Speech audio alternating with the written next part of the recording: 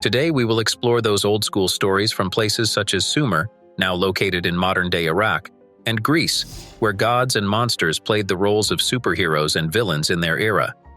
These tales are all about the big battle between good and evil, and man, are they interesting. So, way back in the day in Sumer, people believed in this dark kind of creepy place called Kur. Think of it as the ultimate haunted house where souls of the dead hung out. This spooky spot was under the control of a goddess named Ereshkigal. The Babylonians, who lived in the same area, had a pretty similar idea but called their version Irkalla. According to their stories, their soul had to take a trip to this underworld when someone kicked the bucket. But it wasn't a walk in the park.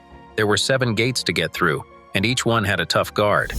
These guards were like the bouncers of the underworld, with names like Nettie, Get, Du, Enugu, Ninkasi, Ninima, Bilulu, and Dumutzi. Dumutzi, who worked the gate shift with his sister Gesh, was one of these tough cookies. Down in Kur, they had this super cow, yep, a cow, that could rescue people, and a god named Nergal, who was in charge of judging the souls. It was like a supernatural courtroom where they decided if you were naughty or nice in life. If you were really bad, well, let's just say the afterlife wasn't going to be a party for you. The Babylonians added some extra spice to these stories. They said the underworld was like a layer cake, each layer having its own boss. Dead souls had to go through all sorts of challenges on each level. This idea kind of reminds you of what you find in Greek and Egyptian myths, like in the Greek tales where dead folks went through Hades and got judged by Persephone and Pluto. There's this famous Babylonian story about a goddess named Ishtar. She was all about love and making babies. She went down to the underworld to rescue her boyfriend, the Dumutzi. But the underworld wasn't playing nice. They made her give up her clothes and jewelry to get through. Luckily, she had some friends in high places, and the big guns from heaven came down and brought her back to life. Each gate in the underworld had its own job. They were like checkpoints to make sure the dead couldn't just run off and that they got a fair trial before heading to the afterlife. Different gods were the gatekeepers, each doing their part in the soul-judging business. Nettie was the first gatekeeper, doing the roll call. Gedu at the second gate had this heart versus feather weighing gig, kind of like that Egyptian god Sobek. At gate 3, Lahumo checked out your life's highlight reel. Shala at gate 4 was all about loyalty checks. Ninlil at gate 5 was the brains and wisdom judge. Nergal at gate 6 sized up if you were a good leader. And Ereshkigal at the final gate was like the grand judge of your overall worthiness for the afterlife. In both Sumerian and Babylonian myths, the underworld goddess was a big deal. She was related to Anu, the sky god, and Lil, the earth god. People saw her as this mighty and fearsome ruler of the dead and spirits. Now there's this big-time underworld boss named Ereshkigal.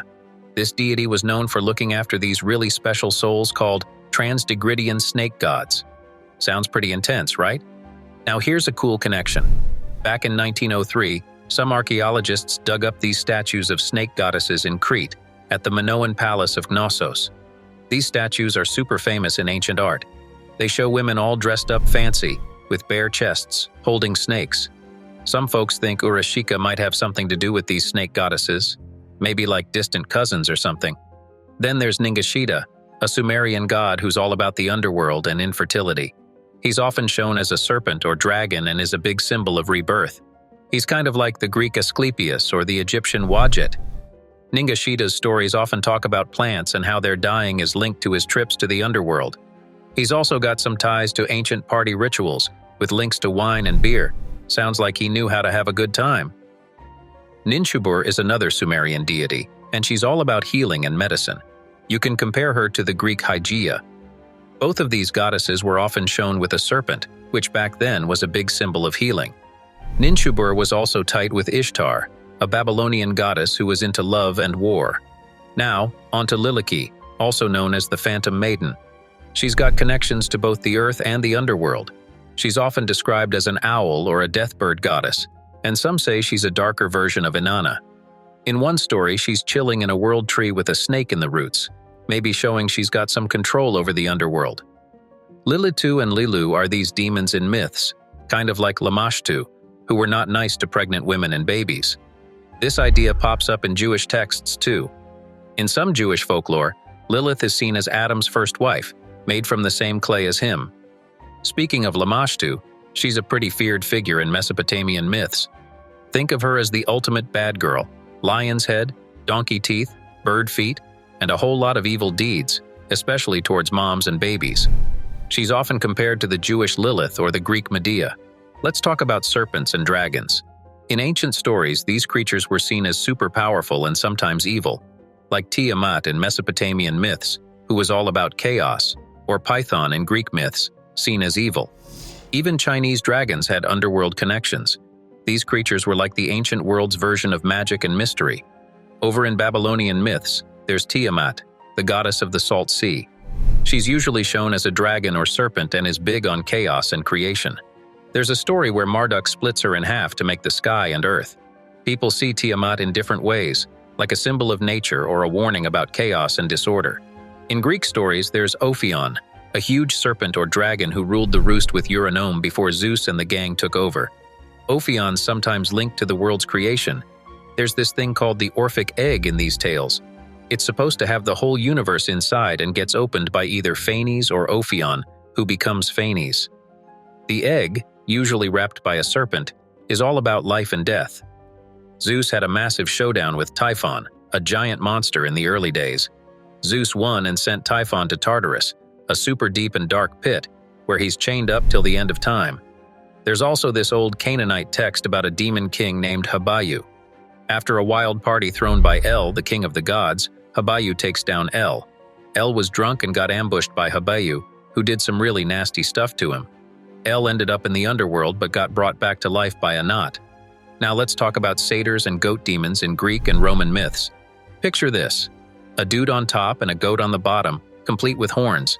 These guys were the life of the party, all about wine, dancing, and sometimes they stirred up a bit of trouble. Now, about demons. The word demon didn't always mean something scary. It used to just mean any divine spirit. But over time it got this bad reputation as something evil, the opposite of angels. And the word devil comes from the Greek word diablos, which means accuser. It's interesting because these terms didn't really get into the whole good versus evil thing until Christianity popped up. This idea of good and bad gods isn't just a new thing. It's in old beliefs like Vedic and Zoroastrianism too. In Zoroastrianism, devas are the bad guys, but in Hinduism, they're the good guys. It's a cool example of how different cultures see the same things in totally different ways. The Greeks had their own family drama with the Olympians, led by Zeus, and the Titans, led by Kronos. They had this epic battle for control of the universe, and spoiler alert, the Olympians won. The word angel actually means messenger in Greek. This whole concept of good versus evil really took off with Christianity, but it's got roots in older myths like the Olympians fighting the Titans. In Hinduism, there's this goddess named Kali. She's all about change and destruction and is often shown with snakes and looking pretty fierce. She's linked to death and the underworld too. There's this story in the Bhagavad Purana where she brings chaos to the world after Krishna leaves Earth. These ideas go way back to ancient Sumerian beliefs about gods and monsters. There's this dude, Fam Wiggerman, who made a chart showing that in these old stories, monsters were seen as nature's freaky accidents, while gods were the standard stable rulers. Wiggerman thought these stories were trying to explain natural disasters as the handiwork of evil gods. Pan, the Greek nature god, was this half-man, half-goat dude who was into music and having a good time. But he was also the god of fear. Later on, he even became a symbol of the devil in Christianity. It shows how these myths can get really tangled up and change over time. In the oldest Babylonian myth, there's this chaos serpent named Tiamat who has a showdown with Apsu. This story kind of echoes in the Bible in Genesis, where a serpent tempts Eve. It's like a little nod to that Babylonian tale. The theme of a serpent of chaos and the underworld pops up in a bunch of myths like Zeus taking on Typhon or Prometheus getting punished by Zeus. It's even in the Book of Revelation. These ancient stories from places like Babylon and Sumer have had a huge impact on religions like Christianity and Islam. Whether you believe in these mythical creatures or not, they're a big part of our cultural history and still grab our attention today. So, big shout out to the ancient Sumerians and their epic myths. You've just taken a deep dive into some of the oldest and most fascinating stories around. Don't forget to hit like, subscribe for more myth-busting fun, and drop your thoughts in the comments. Your support helps us keep digging into these ancient tales. Thanks a bunch.